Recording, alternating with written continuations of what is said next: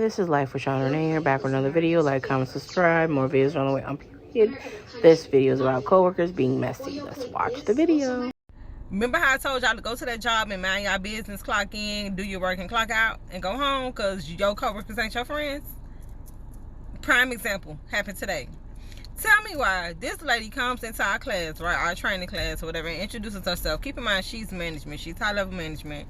She comes in and introduces herself just like most jobs do when new hires come in. Really nice lady, really upbeat lady. The class is super boring again. I didn't think it was going to be this boring, but it is super boring. So everybody like, I almost fell asleep or whatever. She comes in, she introduces herself, she's telling us information and stuff like that. It's really useful information. It's just that she's super upbeat, she's talkative, but not in a bad way. I'm not gonna tell y'all. Once that lady concluded her presentation and everything, the moment that lady walked out the door hadn't even closed all the way yet. Somebody busted out in the class and was like, is she always like that? I mean, she talkative, something like that. And I'm like, y'all, the lady ain't even took her head off the doorknob on the other side of the door, and y'all already talk about the lady. Now, I ain't say it out loud, but I was peeping around because I wanted to see who it was saying it, because I knew it was females who was talking, but I was trying to figure out who said it, so I know really not to say nothing to y'all outside of good morning, good day, because that was so messy. And I just told y'all this morning that the class wasn't so bad or nothing like that, you know, but we gonna give it to Friday to see how people really are. That literally just showed me, y'all, listen, I don't care what you do on them jobs, nothing will ever be good enough on them jobs. Somebody gonna have something to say about you on them jobs. That lady didn't even do nothing. She didn't come in there with no bad attitude. She didn't come in there rolling her eyes. She didn't come in there like with her nose up in the air. She came really upbeat, you know, like really what you supposed to be at work, like really fun, like. And so I'm telling you, the door hadn't even closed all the way before they was like, well, she always like that. Well, I'm like, what the heck? Are y'all nuts? This class is as boring as it is. She's the only life that's been in this building since we've been here. And it's only been 2 days. So be appreciative. Actually, she actually kind of woke me up, because y'all, I was in that class. When I say nodding off, I was nodding off so bad, y'all. I couldn't even hold it. But I'm like, it goes to show, like, I don't care what you do on your job. There's going to be a person or a group of people who's going to find fault in it. They just going to have something to say about it. You could be nice. You could be mean. You could be monotone. You could be anything. Somebody's going to have a problem with it. That's why you have to be confident in you and what you do and what you got going on. You can't be worried about what people say and think about you, because suppose that lady heard it. That would have ruined her whole day. Well, possibly. It could have possibly ruined her whole day. And she ain't even did nothing to nobody. She don't even know her. She ain't did nothing to nobody. I'm telling you, people can just people.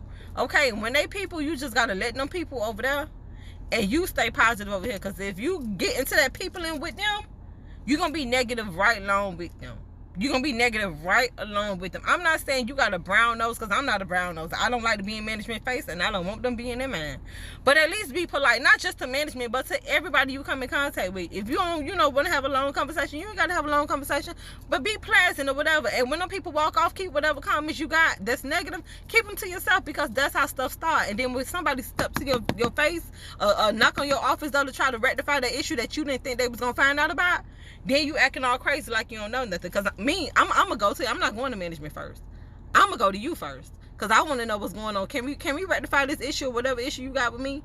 Most times I do ignore it though, because it'd be fun just getting on people's skin by ignoring them. But if it's an issue that I really need to address, like something serious that I need to address that can affect my professional environment, I'm gonna come to you, and I'm gonna say such and such told me you said, and I'm gonna see what's going on.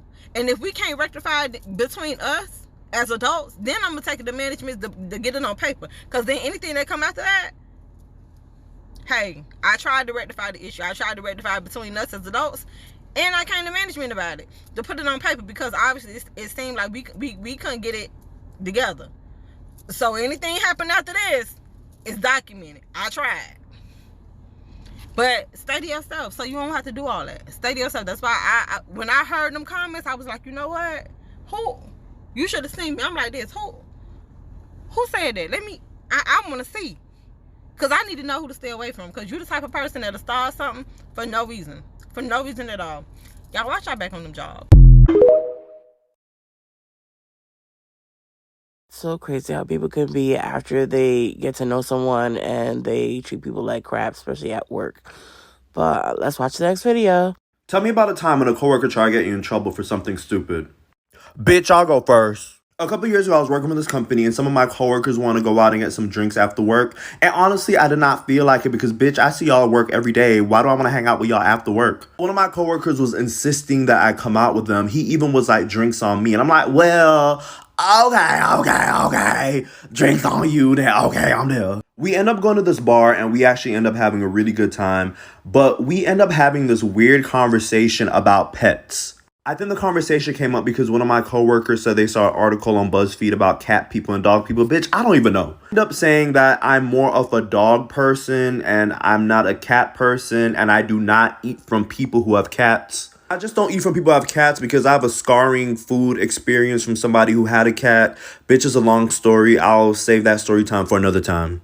So like 6 months go by and we end up getting this new coworker. I'm gonna call her Mary Beth. And Mary Beth was a very sweet lady. Me and her got along, but Mary Beth happened to be a cat lady. Mary Beth had pictures of her cats on her desk at work. She would name them Mr. Popsicles, Mr. Whiskers, Mrs. Rainbow.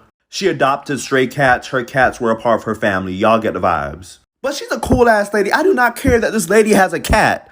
So one day my job decides to do a potluck. Mary Beth decides to make her infamous macaroni and cheese. She said her macaroni and cheese has a secret ingredient in it, and her macaroni and cheese is the best. Bitch, I love me macaroni and cheese, but I am picky about macaroni and cheese. I love my macaroni and cheese baked.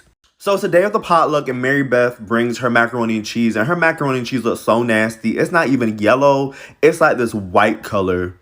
So I don't eat her macaroni and cheese because, bitch, one, it looks nasty, and two, I don't eat from people who have cats. But the main reason is because the shit look nasty. So one of my coworkers who was there the night when I said I don't eat from people who have cats made a little joke, and he was like, oh, you're not eating Mary Beth's macaroni and cheese because she's a cat lady, right? So when he made his joke, I didn't confirm or deny anything. I just looked at him like, bitch, be quiet. A couple days go by and I realize that Mary Beth isn't really talking to me. Mary Beth, I'm here for one thing, my paycheck, and I'm not going to beg you to be my friend.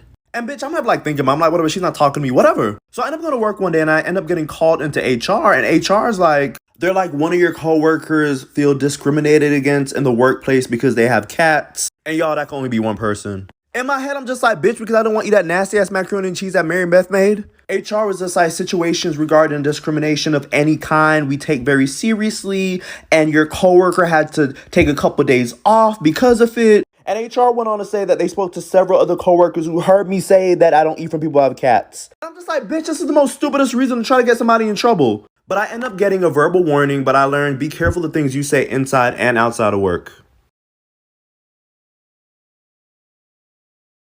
Coworkers set you up for failure because they wanted you to go out, drink a little bit, because you're honest when you drink. So, of course, they wanted you to, like, speak your mind. And you don't, some people speak their mind when they drink. So that's all that was, because they want to, like, get you in trouble. But what do y'all think about this video? You know what to do. Comment below. More videos on the way. Bye.